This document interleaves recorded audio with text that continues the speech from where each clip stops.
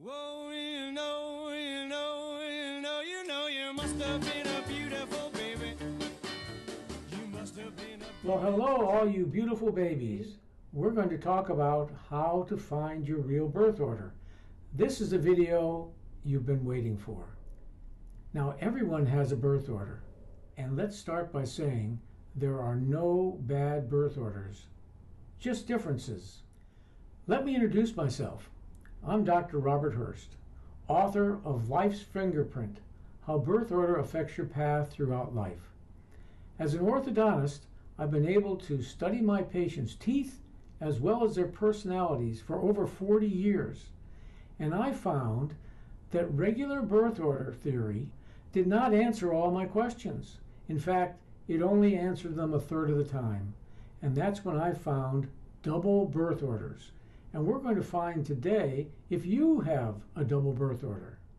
There are 7 questions we need to answer before we can determine what your real birth order is.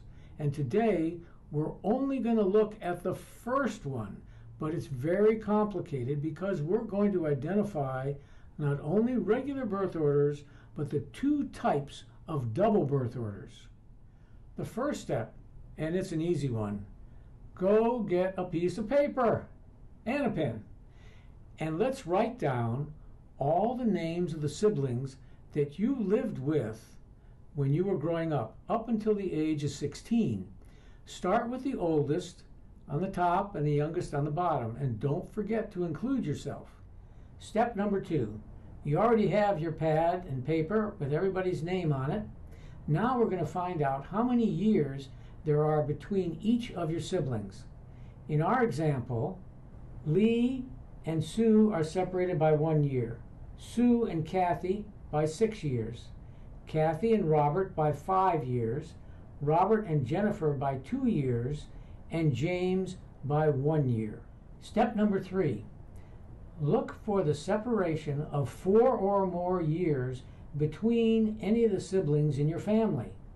In our example, there are 6 years between Sue and Kathy. So we have a potential double birth order here. There's also a 5-year gap between Kathy and Robert. We're going to talk about the double birth orders, and it gets a little complicated. The first type is when there's a 4 or more year gap on either side of one of the siblings. And in our case, it's Kathy. She has 6 years between she and Sue and 5 years between she and Robert. With her ordinal number of 3, this gives her the birth order of a 3 only. Now, why is that so important? Because of the distance between her other siblings, she is treated by the parents more like an only child, and she gets that nurturing that an only child gets.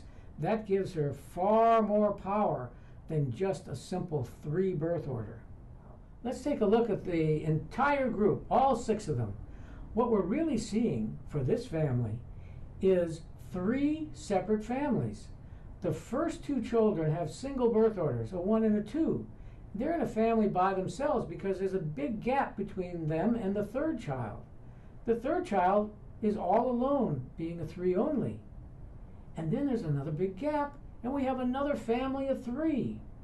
So they're very spread out, but we're dealing with 3 separate families within a family. That's an important consideration when we're ever looking at birth orders. Now remember, we've just done step 1. We have 6 more steps to go. And I'm going to give you a little snippet about each personality. Here we have our only child. And just look how happy she is. Look at that big smile on her face. Why? She is the center of attention. Now, our little girl has a brother. And look what's happened to that smile.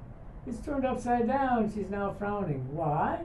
Because she has to share the attention with her baby brother. Oh, why is he smiling? He doesn't know any better.